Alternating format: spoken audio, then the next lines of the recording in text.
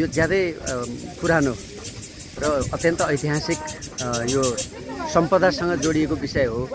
त्यसकारणले यसलाई चाहिँ विश्व सम्पदा सूचीमा सूचीकृत गर्ने यो यसै पुरातत्व विभागसँग यो चाहिँ गुठी संस्थानसँग यसको आबद्धता छ।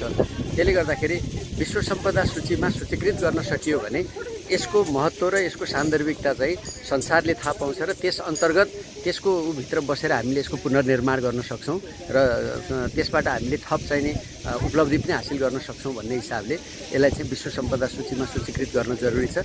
विश्व सम्पदा सूचीमा सूचीकृत गर्नको लागि जति पनि त्यसका मापदण्डहरू छन्, आधारहरू छन्, त्यो चाहिँ पर्याप्त भएर पनि यो भइरहेको छैन।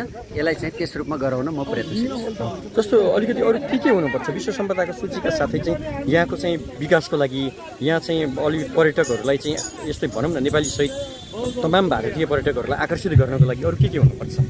एउटा त यो चाहिँ हाम्रो गैंडाकोटदेखि मुक्तिनाथसम्मको कालीगण्डकी करिडोरलाई हामीले छिटो सम्पन्न गर्न सक्दाखेरि चाहिँ छिमेकी मित्र राष्ट्रका चाहिँ नागरिकहरू जो मुक्तिनाथको दर्शन गर्न चाहन्छन् उनीहरूको लागि एउटा सहज मार्गको तयार हुन्छ। हामी त्यसमा केन्द्रित भएका छौँ।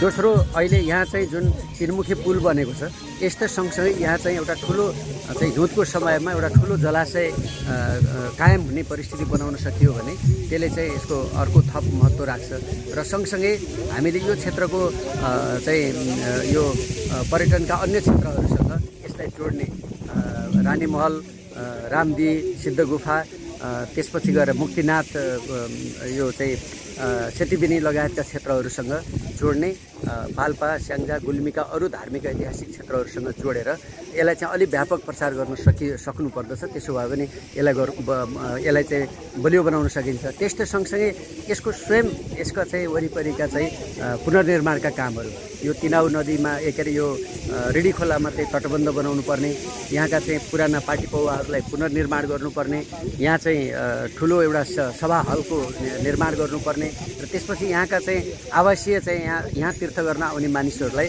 बस्न र खानको लागि आवश्यक पूर्वाधारको प्रबन्ध समेत गर्न पर्नेछ र त्यो हिसाबले हामी यसको योजना बनेको छ र त्यसको कार्यान्वयनमा लागिरहेका छौँ।